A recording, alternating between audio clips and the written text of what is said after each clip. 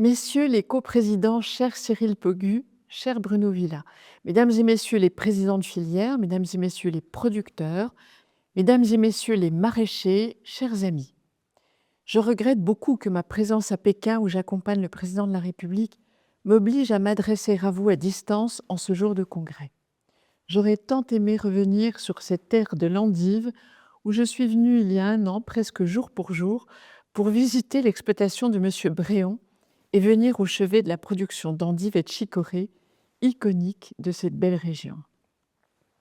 La France exporte plus de 1 million de tonnes de légumes frais, mais demeure, hélas, très dépendante des importations pour approvisionner son marché intérieur. En 2023, la balance commerciale française est en déficit de 1,5 milliard d'euros et de 829 000 tonnes.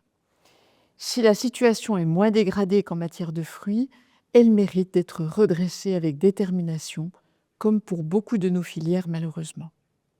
Cette souveraineté alimentaire si vitale pour la nation, à l'heure où les menaces rôdent, est au cœur de l'ambition stratégique que je porte pour notre indépendance, en plaçant les agriculteurs au centre du destin alimentaire du pays. Pour relever ce défi, la loi d'orientation agricole promulguée en mars dernier a prévu l'organisation de conférences de la souveraineté alimentaire dont je lancerai les travaux lundi prochain. Dans ce cadre, j'ai voulu qu'un groupe de travail spécifique soit dédié aux enjeux de vos filières. Pour l'animer, j'ai nommé l'ancien président d'Interfel, Laurent Grandin. Avec lui et avec le président du conseil spécialisé, Aurélien Soubeyran, ce groupe de professionnels impliqués dans la production, la transformation et le marché aura pour mission de projeter la filière légumes à horizon 10 ans en mettant en place un objectif de production et de transformation qui répondent à la demande des consommateurs et aux enjeux d'adaptation au changement climatique. Ce groupe de travail ne part pas de rien, loin s'en faut.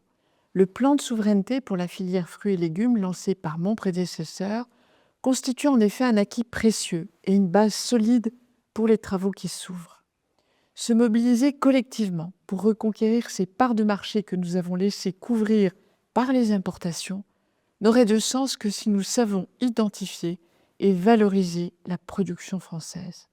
Surtout, nous devons convaincre les consommateurs qu'en remplissant leur caddie, leur panier, ils font aussi le choix de l'alimentation qui pourra continuer d'être garantie à leurs enfants. Le patriotisme alimentaire est un comportement aux effets durables. C'est avant tout cette prise de conscience que le lancement des conférences vise à déclencher chez les Français lundi prochain.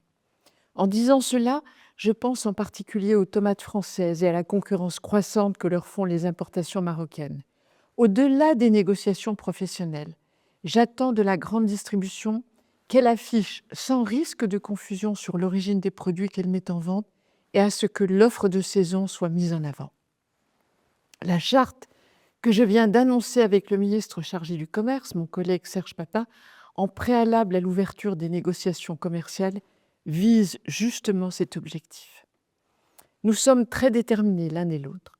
L'accès aux moyens de production et leur équitable disponibilité en Europe est aussi un paramètre majeur de notre souveraineté, évidemment. La fin du délai de grâce sur le Movento, échu au 31 octobre dernier, vous inquiète fortement pour la gestion des pucerons dont on connaît la pression et les dégâts sur les cultures. Comme vous le savez, l'AMM a été retirée en avril 2024 parce que Bayer a renoncé au renouvellement du spirotétramate au niveau européen. S'agissant d'un retrait d'approbation suite à une absence de soutien par le fabricant, mes services examineront avec attention les demandes que formuleraient les filières en impasse pour 2026. Dans un marché ouvert et commun, je vous le dis, il n'est plus possible de laisser à chaque État membre la responsabilité unilatérale d'autoriser ou non l'usage d'un produit. Les reconnaissances mutuelles ne fonctionnant pas de manière assez systématique, nous devons communautariser l'homologation des produits, comme c'est déjà le cas pour les substances. C'est le sens de la demande que j'ai portée avec ma collègue de l'écologie auprès de la Commission européenne sous le précédent gouvernement.